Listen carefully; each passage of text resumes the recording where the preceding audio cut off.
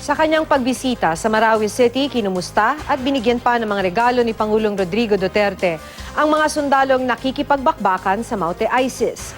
Makibalita tayo kay Marisol Abduraman.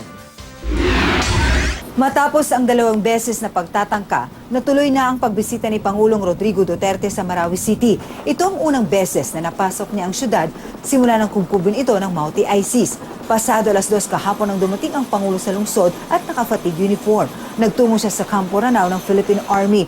Dito, nagsagawa ang Pangulo ng Command Conference kasama ang 103rd Infantry Brigade. Pagkatapos, ipinisinta sa Pangulo ang mga na-recover na firearms at ammunitions mula sa mga kalaban. Pero ang pinakainabangan sa pagbisita niya, ang pagkumusta niya sa mga sundalo kung saan siya dinumog. Namigay pa ang Pangulo ng mga grocery packs at relo sa mga sundalo at pulis. Sa kanyang talumpati, sinabi niya na paraan niya ang pagbisita sa Marawi City para personal na ipakita ang suporta sa mga sundalo.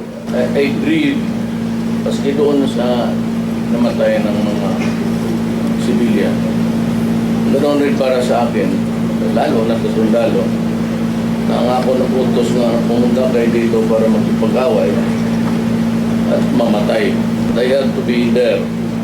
Nagbisita talaga ako kasi gusto kong malaman ninyo, isa lang tayo. Your life is not less important than mine. Our lives are very important to the country and to your family. Kasabay ng pagdalaw na ito ng Pangulo, ang mas umiinit na bakbakan sa Marawi City.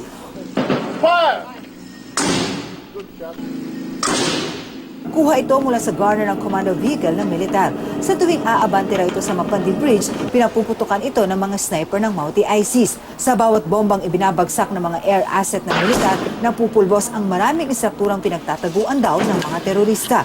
Sa kabila nito, hirap pa rin daw ang militar na maubos ang kalaban. Paniwala nila, nagtatago sa mga basement ng bahay ang mga terorista. Karaniwan kasi sa mga bahay sa syudad, may basement. Ang mga sniper naman ng gobyerno, aminadong natatapatan din ng mahuhusay na kalaban.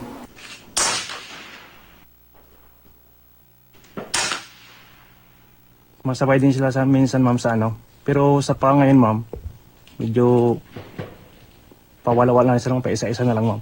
Mula rito sa Marawi, Marisol Abduraman, GMA News.